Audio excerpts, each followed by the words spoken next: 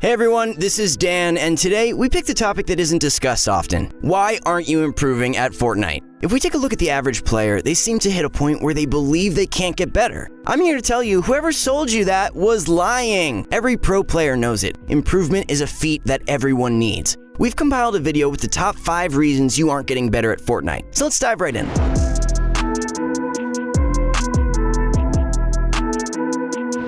Alright, first up, one mistake many of you might still be doing is not playing against good enough players. It's sad to say, but Arena has literally become the new pub matches. In order to really improve at the game, you need to play against better players because how can you improve when you fight the same type of players over and over? If you're a casual player, you need to fight good players. If you're a good player, you need to fight pro players. Putting yourself against higher skilled enemies pushes yourself to the limits. The sheer shock and panic you'll experience are exactly what you need to get better. It's a scientific fact that the more you do something, the more you adapt to it. If you go about fighting the same baddies over and over, you won't get any better. It's very easy to get caught up in fun pub matches. Slaying bots and all can be very fun at times, but this isn't the way to get better, especially if you're looking to go competitive. Arena matches nowadays are very subpar when it comes to improving your gameplay due to most players W keying and you don't get stacked endgame lobbies. Fortunately, there are a variety of Fortnite Customs Discords which host competitive stacked lobbies that offer good practice for those who really want to take it to the next level. Ghost Bizzle once said in an interview, "The only way I got good is because I played against the best of the best every day in stacked scrim lobbies." This tells us a lot about what we need to implement to get better. You want to be the best, you got to take out the best. Moving on to our next subject, we have tunnel visioning. One of the worst habits casuals and sometimes even pro players have is tunnel visioning. Now, I know this is just a buzzword at this point, but let me tell you, it's a very real thing. This very standardized form of pushing an enemy and disregarding everything else, whether it be surroundings, your loadout, and the material count, is the worst way to go. This type of gameplay is very destructive and almost always results in a negative outcome. The problem with tunnel visioning is that it punishes your other priorities and throws everything behind your back. In Fortnite, there are many instances where you won't be able to secure a kill, whether in a mid-game fight or an end-game scrim, so you need to know when to back away from the fight. Always going for the kill can have serious consequences. Let's give an example of an instance where this method is lethal and not recommended. You're in an endgame tournament lobby with high ground. You manage to catch a player off guard and get him to low health. He is alone and has no teammate, but in order to drop down to pressure him, you have to leave the high ground to go for a wall replace. Now, as you proceed downward, 2 enemies decide to take shots at you, lasering you to 50 health.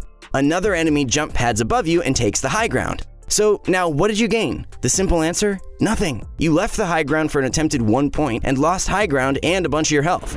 This instance is a perfect demonstration of us sometimes. We give up our great positioning for a potential 1 kill and loss of health or the game. We need to think clearly about whether or not we decide to focus on one enemy. So next time you want to push somebody, make sure it's a smart play. Check your loadout, materials, or positioning. Now, let's go over several instances where tunnel visioning is not only necessary, but a must. Sometimes it may be dangerous though. In duos or trios, it's very common for players to come across outnumbered fights, sometimes a 2v3 or a 2v1. In these instances, it's highly essential that you eliminate your opponents quickly because of the potential third partying. Another great instance would be if you're pitted in a 1v1 and you get your enemy to low health. This would be a great opportunity to tunnel vision because ideally, you want to prevent him from healing. The last instance is when you're low on materials or need some ammunition.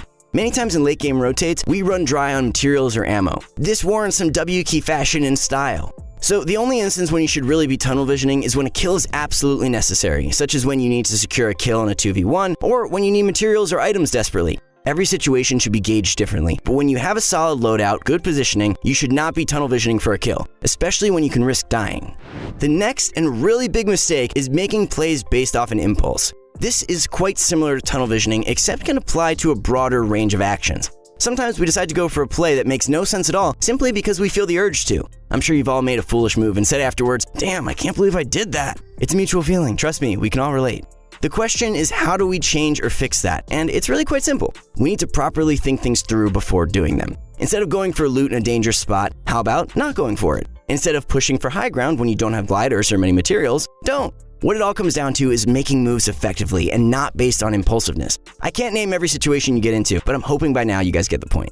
It's very easy to get frustrated and angry over a death that shouldn't have happened. And yes, you're right, it shouldn't have happened. But the only reason why it did is that impulsive plays always result in negative consequences.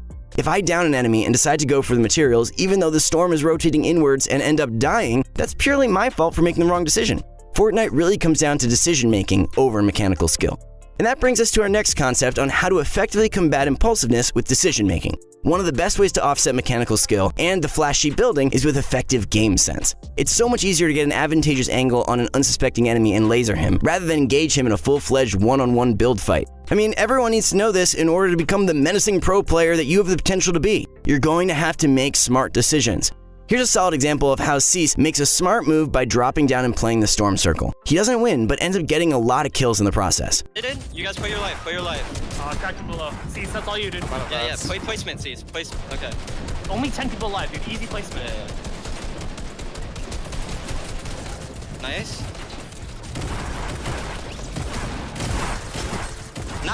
Nice! No mats, no mats.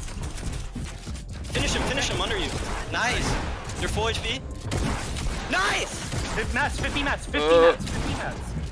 mats. Yeah, you gotta reload and go up. Tank storm. Alright. Probably dead. Whatever. Good game, we got second! Now, we aren't going to go as in-depth as we have on several other videos posted about this subject, but the main goal is to always take notice of your surroundings: weapon loadout, material count, and storm. If you use these 4 facets, you'll have no deal making smarter decisions. Now, let's head over to our next topic. Alright, the fourth topic is a combination of tilting and mentality. If you want a brief overview of tilting, check this out.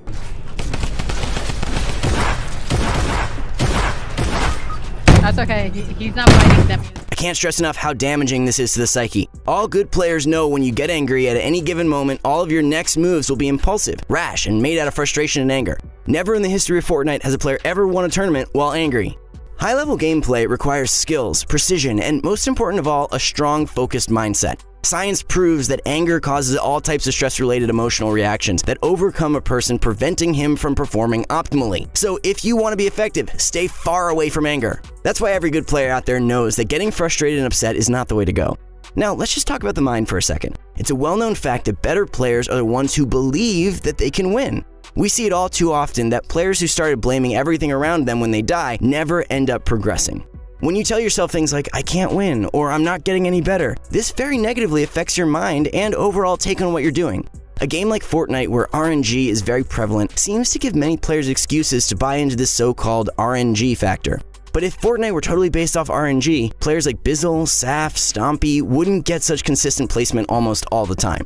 You can tweak RNG to your advantage, situational and overall outcome, by carefully studying out loot routes, drops terrain, and the liking.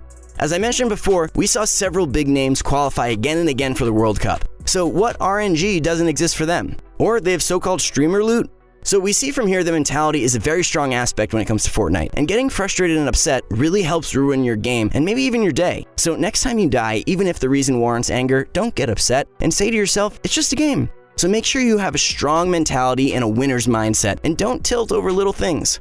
Our last and final topic for today is something extremely big that doesn't seem to get enough coverage: taking 50-50s. This has 2 aspects. One of them is going for super risky plays, such as landing with an enemy in the same room. The second is taking a 50-50 bloom fight or trade shot. Many times, players will get so caught up with getting a certain landing spot that they forget the fact that they need to win. When you see a chest on the roof and an enemy is just beside you, going for that chest is a great way to die. If you think about the chance of you getting that chest or loot without taking any damage, the odds are enormous.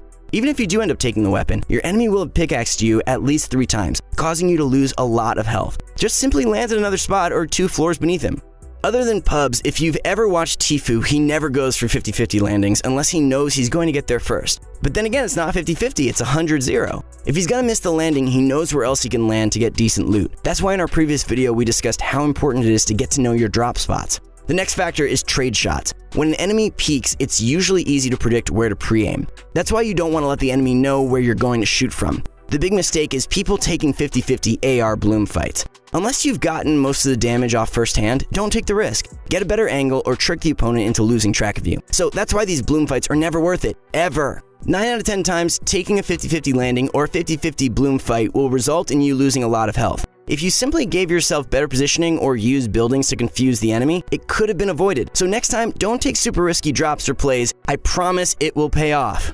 Alright guys, that's it for today. I hope you guys got something out of this video and that you keep your chin up as you keep trying to improve out there. If you like this video, make sure that you like it, share it with your friends, and subscribe to our channel. You can also head over to Proguides.com for lots more tips and tricks just like these. Keep your eyes peeled for more videos coming up every single day, and we will see you guys out there. Good luck with your Fortnite grind.